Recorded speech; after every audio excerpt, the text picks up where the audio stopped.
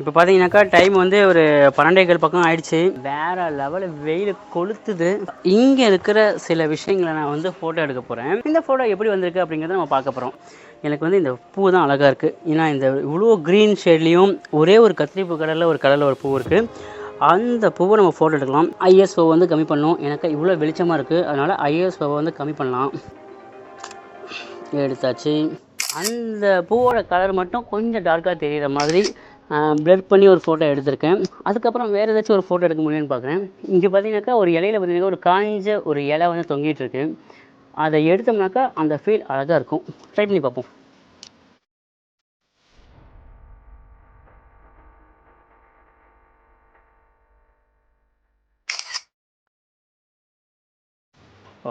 Okay, next இங்கே பார்த்தீங்கன்னாக்கா பூ வச்சுருக்கோம். அந்த முள்ளெலாம் இருக்கும் பார்த்தீங்களா, தண்டில் பார்த்தீங்கன்னாக்கா அந்த செடியில் பார்த்தீங்கன்னாக்கா முள்ளெலாம் வரும். அந்த முள்ளோட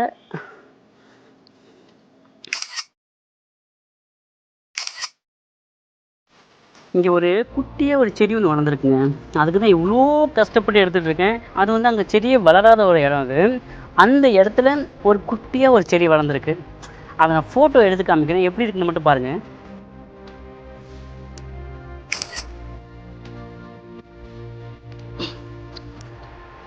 வாடா பாருங்க, வெயிட்டு செம்மையாக ஊற்றிருச்சிங்க.